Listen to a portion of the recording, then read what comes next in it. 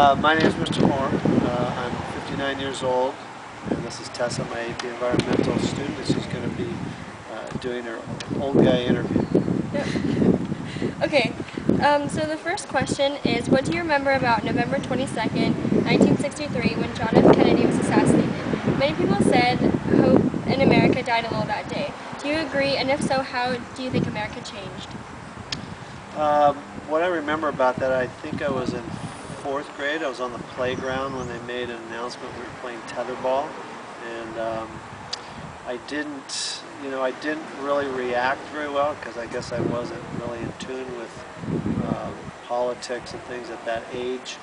But I do remember going home and my dad making us sit in front of the TV and watch all the news reports on it, and kind of we wanted to go outside and play, but my dad really loved Kennedy because they were about the same age, and he made us sit and watch that. And after I started watching it, I realized how important it was and how the country would change because he was such a beloved leader and person, and charismatic, and a little bit of our hopes kind of faded away with that day.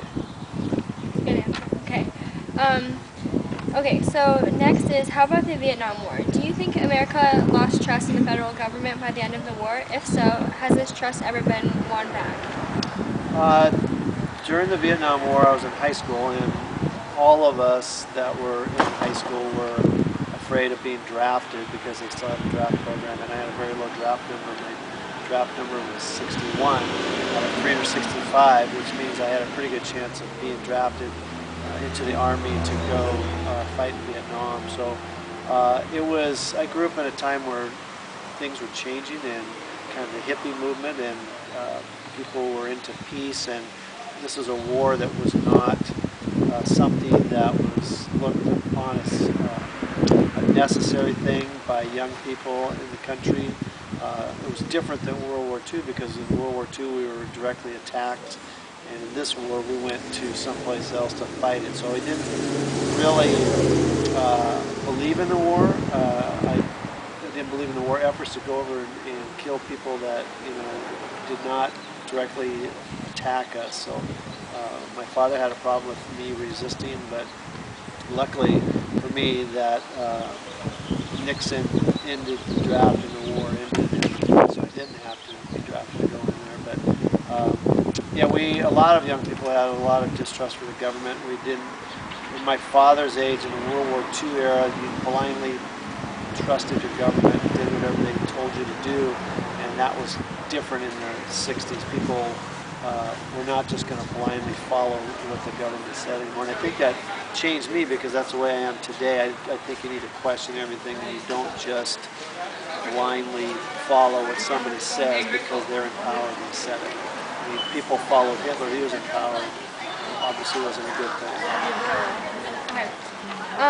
How do you think the world's perception of the U.S. changed on July 20th, 1969, when the United States put the first man on the moon? I don't know about the world's perception, but I believe that every American was really proud of that moment. It was a big achievement in our country's history, and it showed the world that we were capable of great things. And so it was a big deal. I remember specifically that my mom was in the hospital at the time when the man walked on the moon, and it was a major thing to sit there with her and watch that on TV.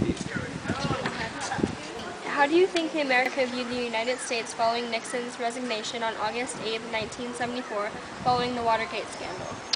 Well, I think that it was just the same thing that happened during the 60s, that the world trusted the United States a little bit less. I think that there was a lot of Cold War tension still, kind of thing, and we were not looked upon as necessarily a favorable big power in the eyes of the rest of the world. And for us in the United States, it was an embarrassment that our president could do something so low that he would actually basically be asked to leave office. And so the rest of the world probably took that as a sign of weakness on the United States. In what way do you think our nation changed on November 9th, 1989, when the Berlin Wall came down, effectively ending the Cold War? Well, I don't know that our nation necessarily changed. At least it didn't change in my eyes. I believe that the Berlin Wall would have fallen with or without us. I think that Reagan got a lot of credit for that, but I think that he didn't really have a lot to do with it. It was more or less a PR campaign for him. Um, but like I said, I think it would have come down with or without us. And I don't know that effectively ended the Cold War. We still have a lot of issues with other countries in the world, and the former Soviet Union is not the only one we have the issues with. Okay. What do you remember about September 11, 2001, when the country experienced the worst terrorist attacks in the United States history on the Pentagon and the World Trade Center? How was America changed by this? Well, I remember I was driving to school and I just was listening to the radio, and it came across the radio that these planes had hit the trade towers, and I didn't really react as that we were being attacked. I didn't know what it was, because they didn't know what it was at first on the news. So I thought maybe it was just some planes out of control. But after I found out about it, I was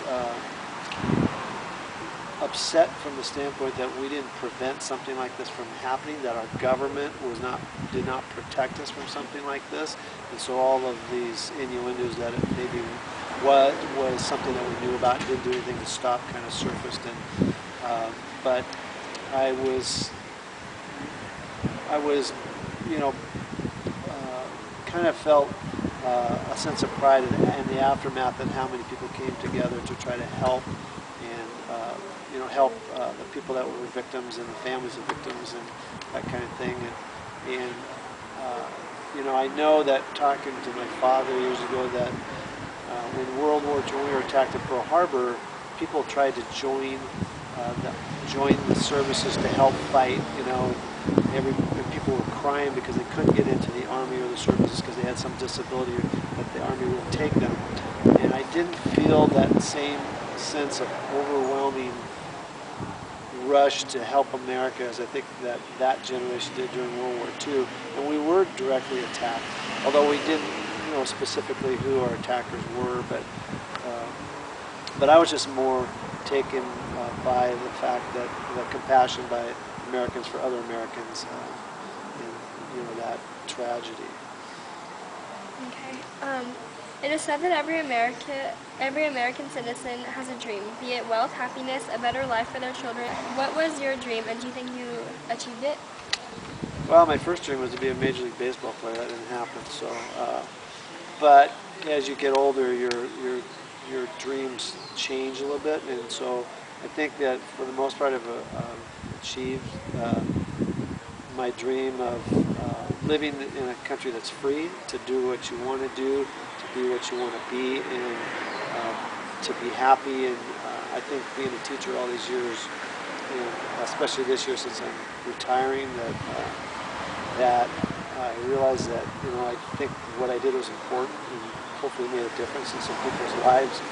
And I wouldn't change that for anything. But as far as overall dreams, I think that I've been lucky to have a great family and came from a great household, and didn't have a lot of money, but I learned that money is not the most important thing in the world. It's your happiness and what you do, and if you have purpose and pass on some knowledge to the next generation, that's about the best thing we can do.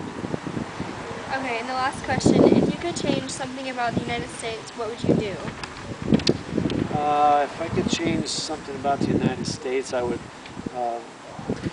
just try to make people more aware of how important the planet is, and the resources and the environment, and how we're, in this day and age, we're escalating the demise of the planet because we're using more resources, and we need to change our thinking. We built this country on oil and that kind of thing. That era is probably going to end, and we need to look at the alternatives, and so that future generations have the same prosperity and wealth and happiness that our parents and grandparents and forefathers fought for and died for. So, and that to make the younger generations appreciate the fact that these people sacrificed along the way so that you could have what you have today.